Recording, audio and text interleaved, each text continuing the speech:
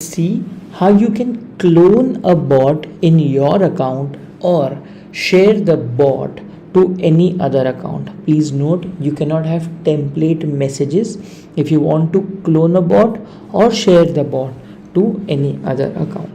Simply click on these three dots, click on share. You'll get two options, either to create a one-time shareable link or a lifetime shareable link. You cannot revoke the lifetime shareable link. It's always suggested to use one-time shareable link. Click on generate sharing token. Now simply click here. This URL will get copied and open this URL in new tab.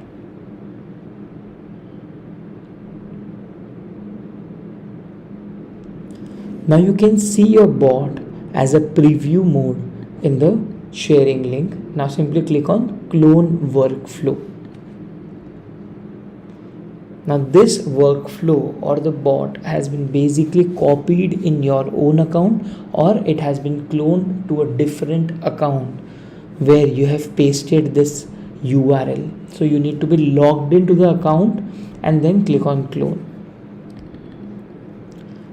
Rename the bot from here, click on save, select the appropriate channel again, because this bot can be cloned to a different account as well. So you need to select the channel again and then save and enable the workflow.